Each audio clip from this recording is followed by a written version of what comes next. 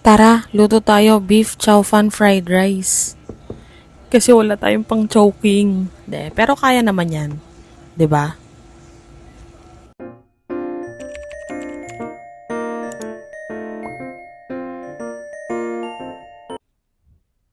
Hello guys, so ayan, nawala yung mga time-lapse ko, na-realize ko lang nung Pero anyway, laban pa rin natin kasi nandito pa naman yung ibang video clips. So anyways, eto na yung ingredients ng ating chow fan rice na gagawin mamaya. So, nakita ko lang din to sa TikTok tsaka sa Facebook. So, if you wanted to try, sige, go lang. So, ito, ano, chopped na kangkong leaves. So, pwede kayong gumamit ng ibang dahon like malunggay o kaya spinach, pero yung nakita ko kasi sa Facebook is kangkong.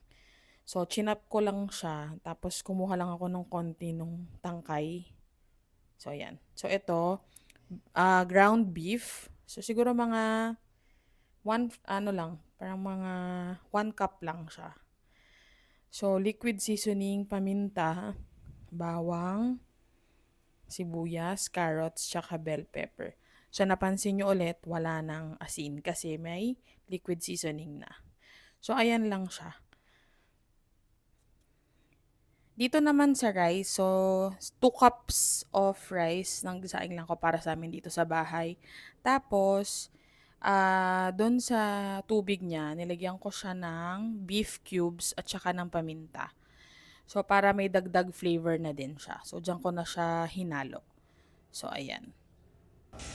Ayan, so maggigisa ulit tayo, of course, ng sibuyas at bawang na may sirang kawali, charing.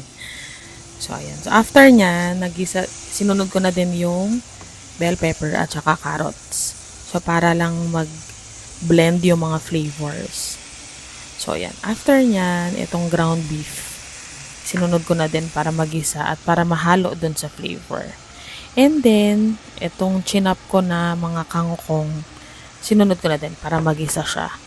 So, like I mentioned kanina, pwede naman kayong gumamit ng ibang leaves or ibang dahon, pero syempre, kangkong para mas affordable. So, nilagyan ko lang din yan ng konting oyster sauce, pang dagdag umami or flavor. So, ito na yung liquid seasoning. So, napansin nyo, konti lang din talaga. So, added flavor also, star margarine na garlic. Actually, nabili ko lang yan sa Pure Gold. Nakita ko medyo bago. So, ayan. So, tapos, nilagay ko na din pala yung kanin. Yan. So, tas halo na lang yan. Tas go na. Meron na tayong chow fan. So, after nyan, dahil napagod ang lola, so, ayan, nagpakulo muna ako ng mainit na tubig kasi magkakape ako. Tapos, ayun.